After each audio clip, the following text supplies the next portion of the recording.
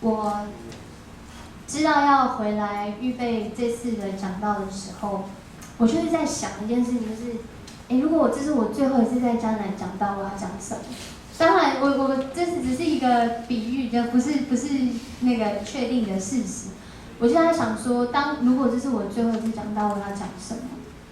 那在预备今天这段经文的时候，那时候一去看到这一段经文的标题，可能在你的圣经上面指的，你们有看上面那个标题吗？我的版本上面写的是少年财主，16节上面那个小黑字。然后有没有其他的？青年财主还有吗？没有，好像少年财主、青年财主。好，还有另外我不知道比较旧的版本嘛，他是想说少年的官。但就是他在这样讲这一段的时候，好像我们会直接定位说这是一个少年的财主，是一个青年的财主，甚至是少年的官。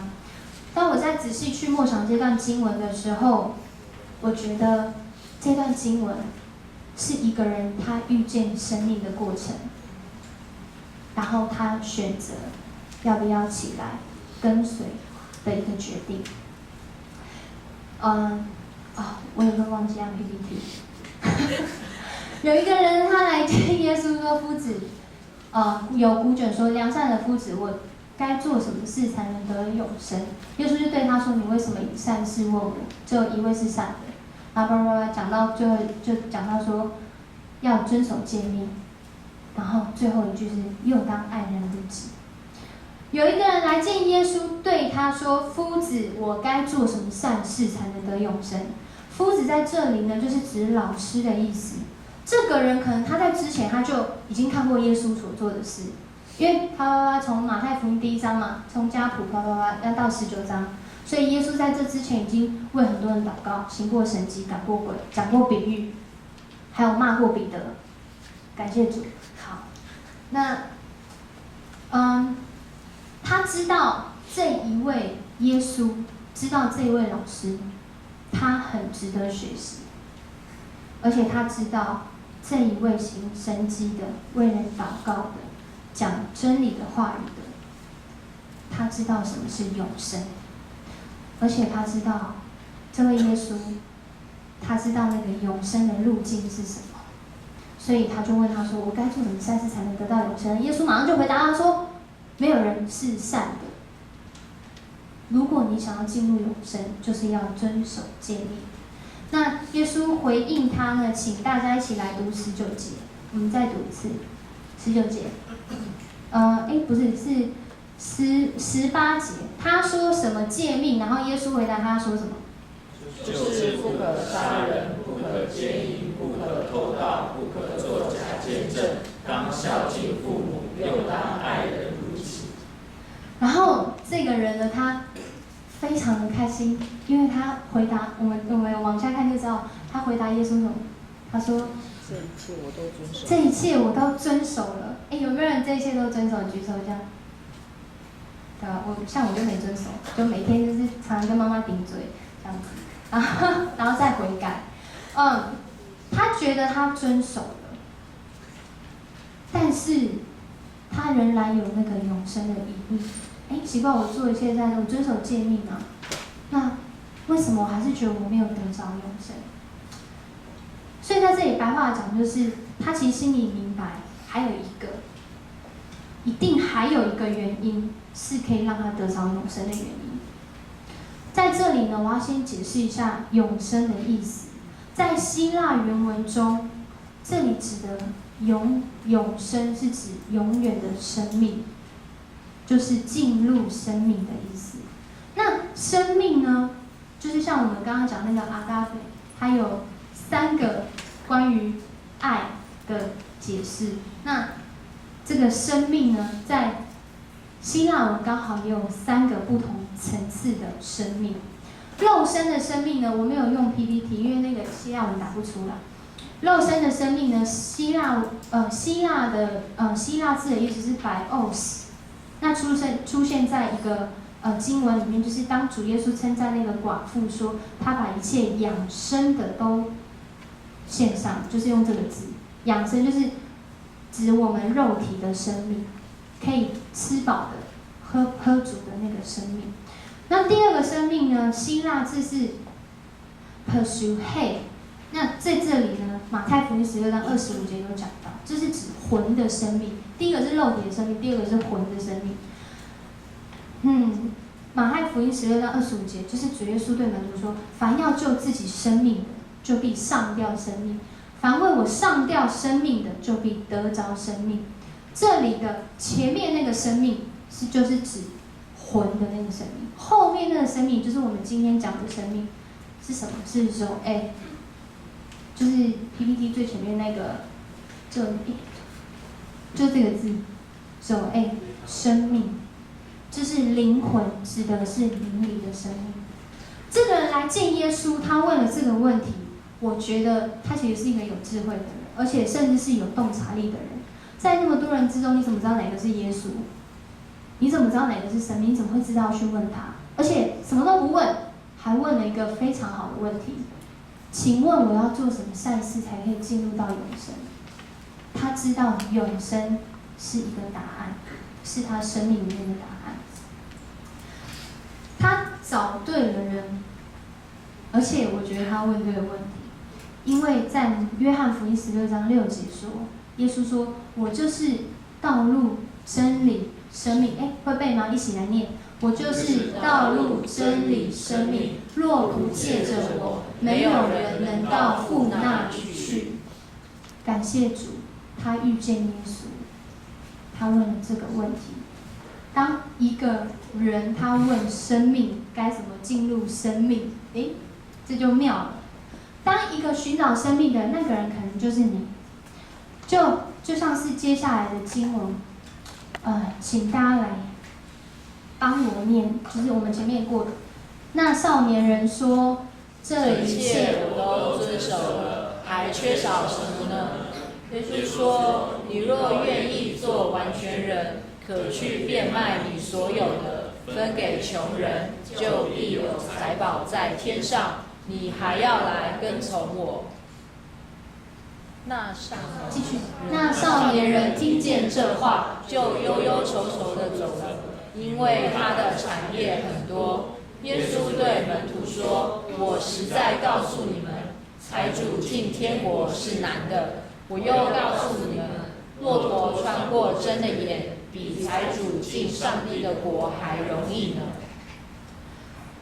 耶稣在这个时候邀请他说：“你愿意做完全人，你愿意进入到永生，还有一个你可以做的是，放下一切来跟随他，将你所有的变卖给穷人。”在这里呢，我们常常会用这段经文去解释一个有钱的人，他要放下他的财富去跟随耶稣是难的。可是，在今天呢，我更要说的是，他可能指的是钱财，或是更多。更多是什么？马太福音6章21节说：“因为你的财宝在哪里，你的心就在哪里。”在你的心里面，什么是你的财宝？不一定是钱哦。譬如说，我喜欢的什么电动，把我的什么 PS 卖掉 ，PS4 卖掉，我会大怒；把我的 Xbox 丢掉，我会生气。还有还有各种。什么是你的财宝？是你的好朋友吗？你的家庭吗？你的课业、你的工作，还是你的骄傲？有可能是你的自卑。耶稣他邀请你放下，走进他赏赐神的生命当中。那我们要放下什么？不一定是钱财，就像我刚刚说的，可能是要放下你的臭脸，放下你的害羞，学习耶稣怎么去认识人。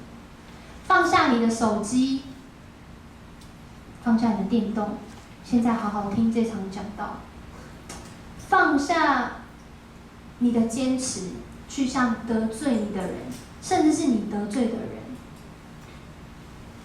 或是道歉也好，或是和好也好，学习耶稣饶恕70个7次。所以耶稣说，财主进天国是难的。的确啊，难就难在我们心中的财宝，我们很难放下来的。而且甚至是我们习惯自己认为正确的。弟兄姐妹，当我们可以去聆听到这段经文的时候，我邀请大家，如果你愿意的话，有很多我们就要开始学习放下，让我们来跟随耶稣的脚步，学像耶稣。因为他后来说，邀请这个少年人，这个人邀请他来跟随耶稣，所以耶稣其实也很想让我们来跟随他。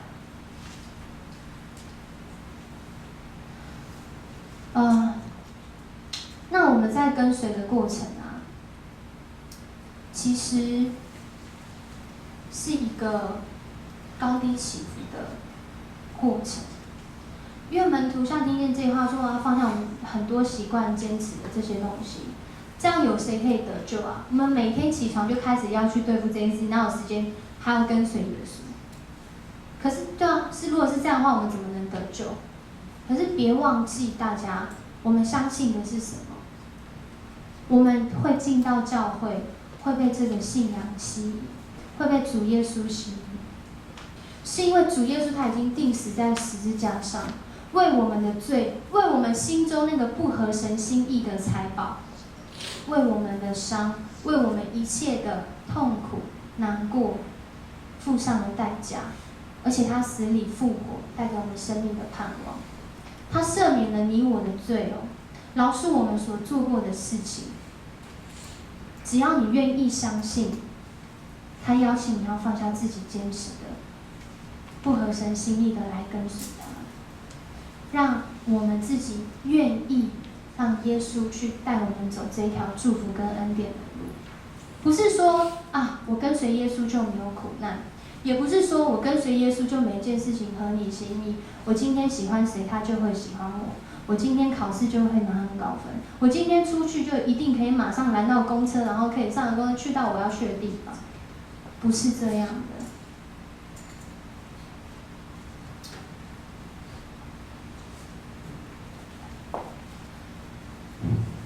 那我们真的是学习像耶稣一样，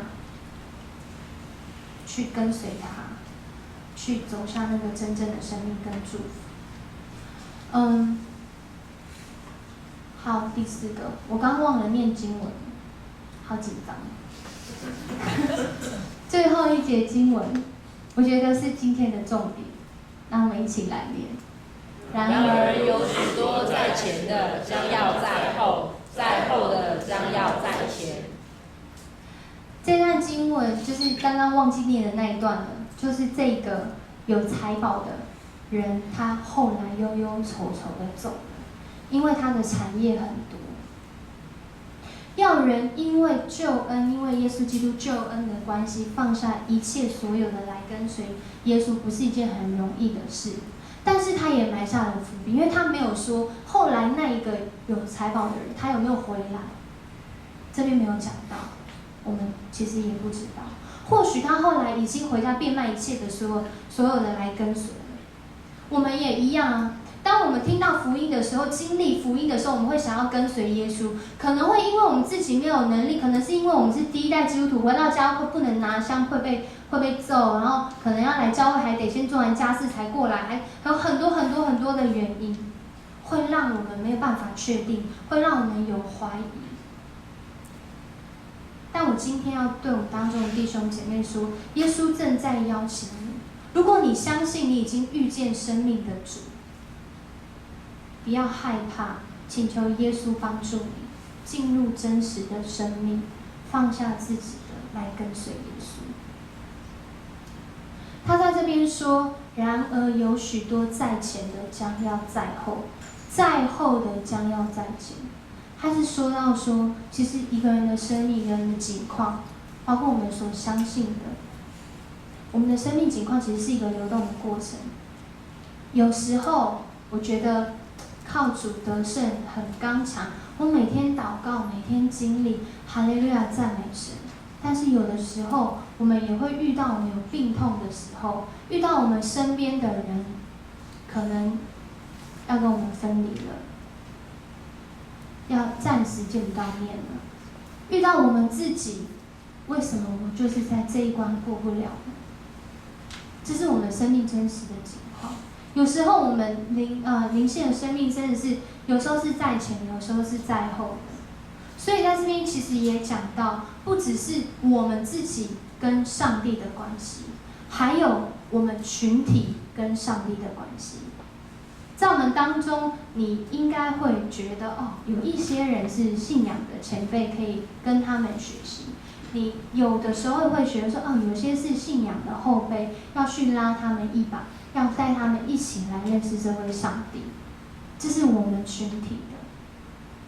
我相信在迦南教会里面，神要大大使用。而且我每次回来啊，就因为我现在就是都会回来那个礼拜5的灵主祷告啊。我每次回来的时候，都会跟我属灵伙伴说，我觉得我真的对迦南教会很有盼望。我每次回来祷告的时候，我就觉得上帝要复兴这里，就是这里，因为我们都在7楼，所以欢迎大家，如果就是你有那个感动，我想要来跟随耶稣，可是我不知道怎么做。一个方式是最直接的方式，常常来到神的面前祷告，常常来到神的面前祷告。每次在灵主祷告会的时候，我们一起祷告的时候，在祷告的结束，或是隔天，或是过一小段时间，我常常会听到有一些人的分享，他讲到他如何透过祷告去经历生命的改变，他如何透过祷告向他的家人传福音，结果家人相信，他如何祷告，即便他的亲友在患难疾病当中，神依然保守看顾。我们在祷告当中真的是去经历了很多的神的带领跟见证。当然不只是在灵主祷告，在我们礼拜5的祷告会也是，在我们小组里面的祷告也是，更多的是在你自己与上帝祷告的时候，如果你还没有经历，真的是我要邀请你来经历。另外一个就是读经，就像我们今天所讲的经文，神的话都默许在这个圣经里面。透过圣经的话，可以让我们更多去认识这一位神，上帝是什么样的上帝，可以让我们认识什么是救恩，什么是恩典，为什么我们要信。这是有很多可能你现在在读这个圣经的时候，有些人目前没有办法看得很明白，看得很懂。我也邀请你，我刚刚有讲到，我们跟随耶稣不只是个人的关系，也是群体的。你可以去问你觉得他可能你信任他，而且你觉得他可以回答你问题的。然后如果说你找不到人的话，就可以找传道。对，但他今天跟明天不在，因为他休假，所以就是如果今天跟明天的话，你可以去找，看我们当中找谁，找我们当中的长职啊、属灵前辈啊，都可以帮助你更多来认识神的话语跟真理。